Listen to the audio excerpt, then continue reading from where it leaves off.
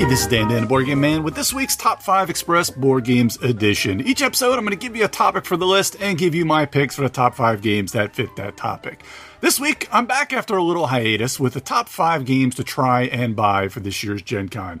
So some rules on what that means. So try games are ones that are not yet for sale, so they're demo only, and buy games are those that you can actually buy at the con. And generally, they're kind of newer games. I'm not going to mention a lot of ones that have been out for a while that may still be on sale. So, of course, I'll also mention some expansions you can pick up, and I will have some honorable mentions, and I'm sure I'll cheat a little bit on the list to get more games. Now, let's see if I can keep this under 20 minutes, because as always, there will always be more games than I can narrow down for this list. So for the try, here's a couple honorable mentions. Apex Legends, the board game. I just think this is an interesting kind of theme and way to do a game for a board game. So it's going to be a kind of a sprawling game on the tabletop and going to really take after the Apex Legends type game. Weirdwood Manor was one I mentioned on Munchkinland a while back that was on Kickstarter. Cool co-op game where the rooms and things are kind of moving in the game, so kind of game working against you in a way. Dead Cells, the roguelite board game. If you like, the Steam game or the PC games Dead Cells, this is kind of going to be a pretty cool one for those that also like kind of the Slay to Spire type gameplay. Looks really good. And 20 Strong, that's from Chip Theory Games. That's a solo game that's kind of a dice chucker, and you're kind of a puzzly game with dice rolling as well. So here's my top 5 to try. Number 5 is called Donut Shop. This is one from 25th Century Games and Jeffrey Ehlers. Just kind of a really cool little tile placement game about kind of putting donuts together into a box and selling donuts. I really thought that was pretty cool. Very light game. Plays in about 30 minutes, 2 to 4 players. I thought that was a pretty cool one to check out. Next up, Luthier. This is from Paverson Games and Dave Beck. They did Distilled, and kind of a really cool theme where it's kind of a music theme. There's some worker placement. There's a lot of different ways, kind of a cool theme and mechanisms there, because you're actually using historic patrons through an ever-changing personal tableau of actions and bonuses. And you're trying to balance improving skills along the tracks and unlocking specialization workers. I do like when you can kind of upgrade your workers to be specialization and have different abilities. So that looks really cool. That is Luthier. Number 3, of course, I couldn't keep this one off the list. This is Ticket to Ride Legacy Legends of the West. You'll be able to try out kind of what, and see what's going to go into this. This is kind of a 12-game arc that you'll have, and I'm sure they'll just probably have the first game out there, and you'll be unlocking things and changing the game. Just Ticket to Ride in a legacy format really has me interested. Of course, it's going to be a light to medium weight game. This will be a really good one for families who play a lot of the same game a lot, because a lot of times people play either a lot of Catan or a lot of Ticket to Ride and not many others. So this would be a perfect way for people to check out and play, over a course of a year or a few months, play Ticket to Ride in a legacy format. So that looks really cool. Number 2 is kind of the CCG one here. I don't know if Lorcana is actually going to be for sale, but you can kind of put it as a try or a buy. If it's there, go ahead and buy it. I'd love to check it out. Or if it's just a demo, definitely have it as a try. So that's Disney Lorcana, which is CCG. And of course, they'll have Star Wars Unlimited out there for trial as well. That's the new Star Wars TCG from Fantasy Flight. Definitely check both of those out, and those ones I really want to try. And number 1 is one I've been talking about for a couple of years now. This is by John D. Clare and Brotherwise Games. This was kickstarted, I believe, last year, so it should be delivering pretty soon. And this one is called Empire's End. 2 to 4 players. It's got a medium weight. I think it's going to be a lighter to medium weight game. This is kind of a Empire destruction game. Now, what John D. Clare took was kind of the game of No Thanks, which is one of the greatest fillers out there, where you're just trying to not take cards. And you have these chips that you're constantly putting out. And once you do decide if you are the one to take the card, you get all the chips, which helps you out as well. So what this has is a bunch of cards. They're going to deconstruct your actual civilization. And you're trying not to take any of them, because when you do take them, they're going to kind of take away your kind of civilization. But it's going to give you a little bit of powers to keep you going throughout the game as well. So this is a really interesting one, and I can't wait to check it out. Definitely one of my most anticipated games of the year, so definitely want to try this one out as well. So here we go. We'll head on over to the to-buy list, my top 5 to buy. A couple honorable mentions. Ape Games that I absolutely love. Ape Games. Check out their booth. They've got a really cool little kind of one-on-one kind of I don't say deck construction game because it's a one-on-one where you have a deck of a character and you're fighting. They're called Ivion is the system. Now, one of them is called Ivion, the Ram and the Raven. They're going to have, I think they're going to be $40 each one of the sets, which is a 2-player set. And you can buy all 3 of them for $100, I believe, out there. Also, since I've been talking about it a lot, they will have Star Wars Shatterpoint there from Atomic Mass. That'll be a $165 to get in on that. Check that one out. And recently, I also talked about Mech a Dream, which was a really cool little game by Blue Orange, kind of a lighter to medium weight, kind of family weight Euro game. Where you're kind of, it's the I Dream of Electric Sheep kind of into the board game format. They'll actually have that one. I kind of mentioned that a couple of shows ago on Munchkin Land as well, and that'll be $40. And Earth is also going to be for sale there. I didn't put this one on my list. It probably would have made my list, but since it's been out for a while, it was probably one of the first few times between this and Origins that you could get it out there in a wide, outside of your FLGS. Again, this is the newest kind of Terraforming Mars-like game out there. It is a really fun game. I played it on BGA. I have not played it in person yet, but I played it on BGA a bunch of times, and it's really good. So you may want to check it out there, kind of almost like a try before you buy, but you can buy that. I believe that one is $50. I didn't have the price on that one. So let's get into my top 5. Number 5, I don't know a whole lot about, but this is a larger, heavier weight Euro. This is called Barcelona from Danny Garcia and Board and Dice. Kind of a medium to heavyweight Euro with worker placement, tile placement. Just a really cool, crunchy Euro, kind of about making up the city of Barcelona. That one will be $50 at the Board and Dice group. Number 4, Patriot. This is a pretty funky game. This is from Grand Gamers Guild. This has kind of got a little bit of, it's kind of got that spy sensibility or spy theme to it.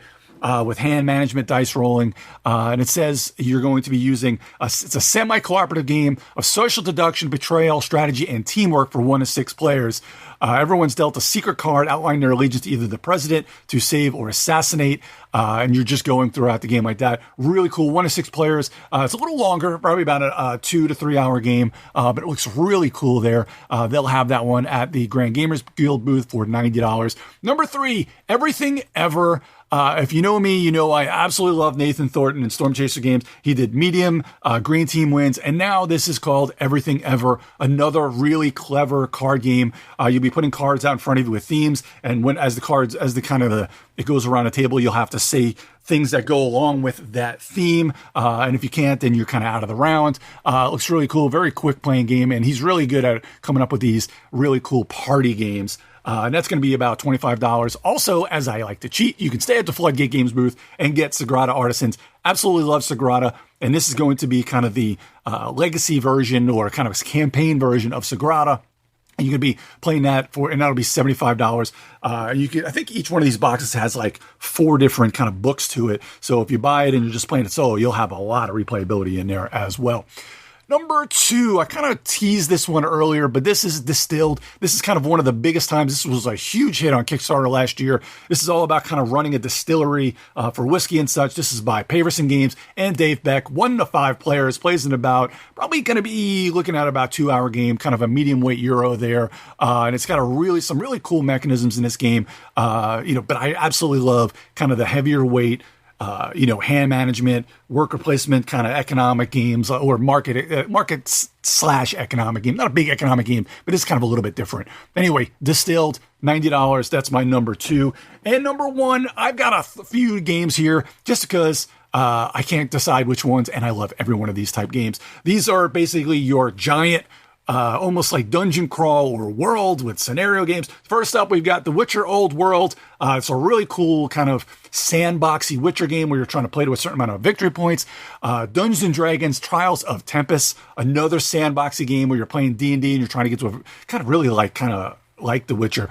Dungeons and Dragons, you're playing basically teams or 1v1 or 2v2 and such, and you're making up your character beforehand. Then you're doing, each game, there'll be different quests that you can do through the game to get different victory points. Looks really cool. That's from WizKids. These are both $100 each, to Witcher Old World, and then WizKids $100. And then finally, in Witcher Old World is going to be from, I'm not sure what booth that's going to actually be at. Probably going to be at the Asmodee booth, because I think that's kind of where Metagot, if they've got a booth there too, it'll be at one of those two booths there. And then, of course, Sky Kingdom Games, I just can't stop talking about this game. The Isofarian Guard, which is also kind of have this campaign-y, almost feels like, you know me, I love Frosthaven, Gloomhaven, all that sort of stuff, and Oathsworn, all those games. And this is really right up that alley. This has kind of like 3 separate campaigns. Each time you go through one of them, you have 2 characters you're using. When you get to the second campaign, it's 2 other characters you're using. Oh, God, so cool. It's $160, Sky Kingdom Games. You got to check it out. I also wanted to make a special mention of kind of some other kind of really quick games. Restoration Games booth, just go there. Pick up Return to Dark Tower. They've got the second printing there. Thunder Road Vendetta, which was just kind of delivering from Kickstarter. And then they've got 2 great unmatched sets that you'll see. Brains and Brawn, unmatched Brains and Brawn. It's going to have Spider-Man, Doctor Strange, and She-Hulk. And then unmatched for King and Country, which has Black Widow, Black Panther, and Winter Soldier. I believe you can also demo the unmatched, I think it's Tales to Amaze, which is the co-op unmatched. You can demo that one out. So definitely check that out. And finally, let me just mention real quickly here, let's get some expansions. So first up, Lost Ruins of Arnak, The Missing Expedition. That'll be $30. Lost Ruins of Arnak, one of my favorite games of all time. This just gives you more kind of leaders to use, and also another solo campaign, and then other cards. I believe another research track in there as well, but got to check that one out. Then there's Disney's Sorcerer's Arena Epic Alliances at the ready. That is a great 2-player. This is an expansion for a 2-player game. You need the regular game. This is going to have, this from the OP for $20. It's going to have Robin Hood, Mrs. Potts, and Mulan in it. The next game in the Forbidden Desert or Forbidden Island is going to be Forbidden Jungle. That'll be at the Game Right booth for about $30. If you like Ganshan Clever and Roll and Rights, Clever Forever will be at the Stronghold Games booth. I think that's about $20 to $25. And of course, go to Renegade Game Studios. They've got a lot of good expansions that'll be out, but I really wanted to mention the Transformers deck building game. They've got the Clash of the Combiners deck building game. They're going to have a whole bunch of extra stuff for G.I. Joe as well, because they've got a couple different G.I. Joe games, but check out the deck building game. And also there's kind of the campaign, not campaign, there's like a scenario based game for G.I. Joe that they'll have some expansion. So my 5 to try: Donut Shop, Luthier, Ticket to Ride Legacy, Legends of the West, and number 2, Lorcana / Star Wars United, and then Empire's End as my number 1 to try. And then my 5 to buy is Barcelona, Patriot, Everything Ever, and / kind of in Sagrada Artisans, grab that there too. Distilled from Paverson Games. And number 1, just go grab all of these: The Witcher Old World, Dungeons & Dragons, Trial of Tempest, and the Isofarian Guard. God, I love all those games. So thanks for joining me this week on Top 5 Express Board Games Edition. If you got any questions, or tell me what games you want to try and buy at Gen Con, or what you end up buying at Gen Con after you listen to this episode, please feel free to comment on this episode at majorspoilers.com, or go to the site for tons of other great podcasts and content. It's by Steve and the rest of the Major Spoilers crew. And of course, bring all that discussion to the Discord channel in the Top 5 or the board game, the tabletop gaming area. And, hey, if you want, just mention some more games. Some more lists you want me to do for Top 5 Board Games Edition, because I have had a little bit of a writer's block. That's why I haven't been around doing these as much anymore, but I'd love to hear what you'd like me to cover for Top 5 Express. As always, I am Dan, the Board Game Man. You can find me at GeekJockDan on Twitter, on the Geek All-Stars podcast, where Chris, Dice Hate Me Kirkman, and BJ Rojas from Board Game Gumbo, this past episode, we went extensively into our top 11 to try and buy. There's a ton more games than I mentioned.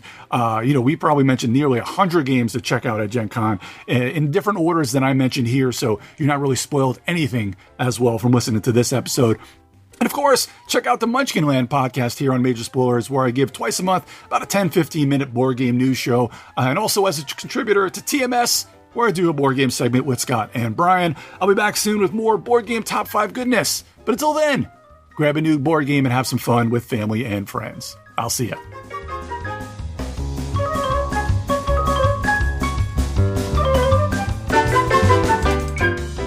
This podcast is copyright 2023 by Major Spoilers Entertainment, LLC.